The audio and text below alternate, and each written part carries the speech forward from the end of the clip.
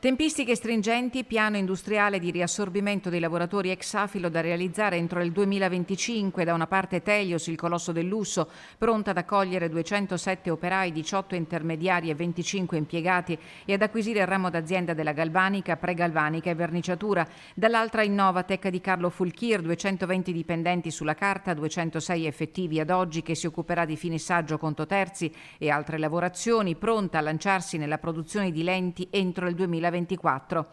L'accordo della cessione di ramo d'azienda della storica occhialeria di Longarone è stato siglato stamattina nella sede di Veneto Lavoro al tavolo convocato dall'assessora regionale Elena Donazzan, che entro fine mese riunirà entrambe le aziende subentranti. Chiudiamo un buon accordo, io ne ho visti tanti di accordi, ho visto anche tante vertenze, purtroppo non tutte si concludono positivamente. Questa è un buon accordo per 3 ragioni. La prima, perché abbiamo trovato degli acquirenti e quindi la continuità produttiva, che è sempre l'obiettivo della Regione del Veneto con l'unità di crisi, cioè continuità nella produzione. Dall'altra la salvaguardia occupazionale. Non abbiamo lasciato solo nessuno, si potrebbe dire, quindi molti lavoratori assorbiti, tutti in questo verbale di accordo, e se qualcuno non dovesse scegliere di stare lì, il territorio animato da noi ha dato disponibilità, no, di altri posti di lavoro. In calce all'accordo la firma di Fenca Cisle e Wiltec Will. Abbiamo trasformato una criticità in un'opportunità.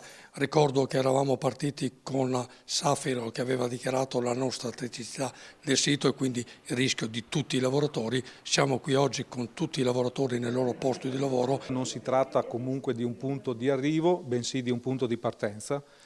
Siamo consapevoli che ora si tratta di governare quello che nell'accordo abbiamo sottoscritto, dobbiamo farlo rispettare, dobbiamo vigilare affinché i 2 piani industriali e le 2 realtà siano in grado di mettere a terra lavoro, sviluppo e soprattutto garanzie di occupazione nel tempo. Non ha firmato Filtem CGIL, che oggi, numeri alla mano, torna sul referendum tra i lavoratori di venerdì scorso e afferma che il sì è arrivato solo da chi sarà assorbito da Telios. Noi passiamo da un'azienda come la Telios, una multinazionale del lusso, con delle certezze dal punto di vista industriale, a un'azienda che sostanzialmente è nata recentemente, perché Innovatec era una società sostanzialmente che non aveva, come dire, attività produttive in essere, diventando, come dire, un conto terzista di fatto, perché basta guardare il piano industriale anche della Telios. E dunque se Innovatec deve fare conto terzismo per Telios, aggiunge Marra, perché il colosso di LVMH non ha ragionato approfondendo il tema delle competenze dei lavoratori Safilo. Alla CGIL in queste ore la richiesta di Cisle Will di ricucire quanto prima lo strappo, perché ora più che mai è fondamentale ricomporre l'idea unitaria di sindacato.